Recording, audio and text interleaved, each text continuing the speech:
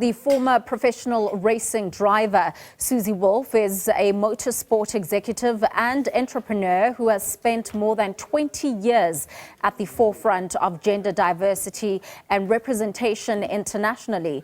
Wolff was recently in South Africa as a guest speaker at the Momentum Workshop series, and she found time to chat to my colleague about a number of challenges faced by women in the high-performance environment of motorsport.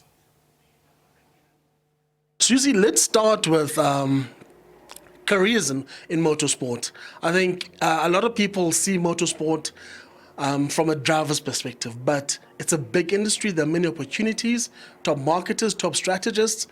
Just to enlighten people on the opportunities available for different talents in the sport. Talk to us about that. Absolutely. Well, I think the first thing to acknowledge is that Formula One is the pinnacle of the sport. But motorsport in general is a huge industry because you obviously have all the ladders on the way up to Formula One.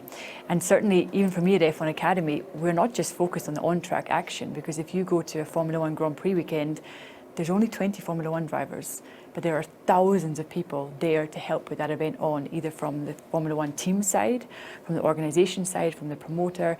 So there's really a huge industry of off-track opportunities in motorsport. Of course, we've got to make those accessible because sometimes it's difficult to know where to go, where to start, but so many great opportunities within motorsport. You basically live motorsport, whether you were competitive in a car or you almost married to motorsport. Talk to us about juggling life in motorsport around, because there's a lot of traveling. You have a young family, you need to build all of that up.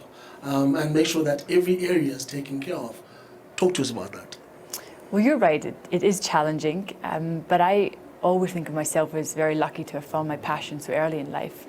I started racing when I was 8, and even to this day, whether I'm at a kart track with my son or a Formula One track, I love the environment, I love the competitiveness, I love the adrenaline, I love being at a racetrack. So naturally, I really enjoy my job. It doesn't feel like a job. But you're right, there's a lot of travel, there is a lot of pressure. So aside from my job running F1 Academy, I am the logistics manager of the family. And that takes a lot of organisation, but we manage. And I do think my husband and I are very lucky that we share the same passion. We both love racing. Motorsport, as you said, is a big industry, and the big circuses go around the different world. But it also takes a lot of sacrifice. Parents basically sacrifice a lot. Drivers sacrifice a lot. Emotionally, it's literally a roller coaster. What would you like to see different in the sport of motorsport? Because it has different elements, and the one thing about motorsport, evolution, is always at the forefront. What would you like to see different, and what sort of future trends should we look out for? Well, I think you're right. It's super fast-paced, but in the end, we're a very global sport, and that I think we're very thankful for. We don't just race in one territory. We race all over the world and 24 times a year.